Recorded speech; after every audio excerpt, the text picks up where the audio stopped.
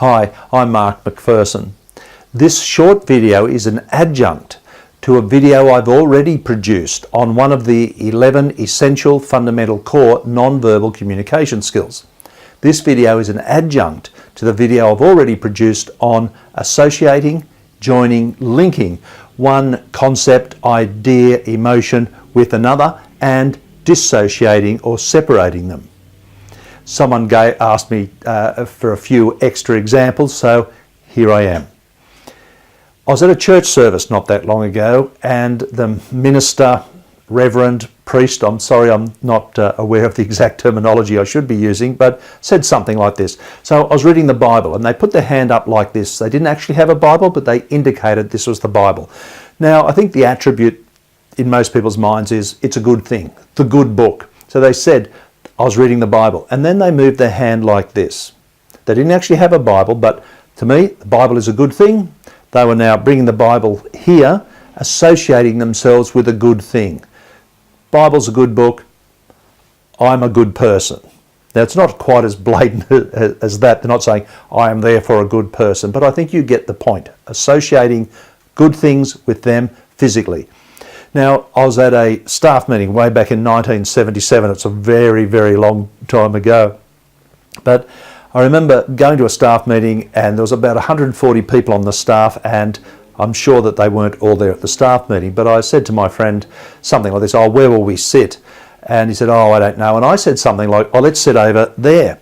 And my friend said something along the lines of, oh, I don't want to sit next to him. He says silly things. I don't want to be associated with him. So you can see that just being physically near someone, you are associated with them. Now, I don't think people really would rationally say, you are sitting next to them, therefore you are a silly person too. But you can get my point that just physically being near something, close to something, in proximity to something, that we are somehow associated with it. Some of the silliness of that person might rub off onto us or something. But you can see my point. Television does it pretty well. Television, to dissociate one idea, concept, story from another, they have all sorts of tricks, and one of those is simply to use different cameras. So they're talking about one issue and then they look at a different camera and say, meanwhile, blah, blah, blah, blah, blah. So they can do that in the editing process as well, is that they can dissociate one story, issue, idea, concept, emotion even from another. Now this is incredibly important.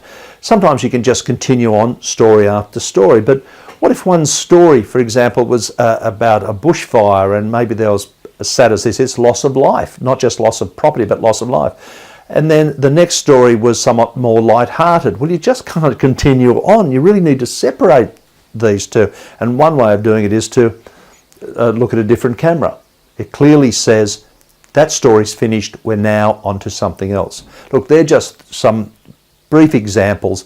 I was asked to give some extra examples, so there's some how we sometimes associate one thing with another and how we sometimes need to dissociate or separate these things. Let's leave it there. All the very best.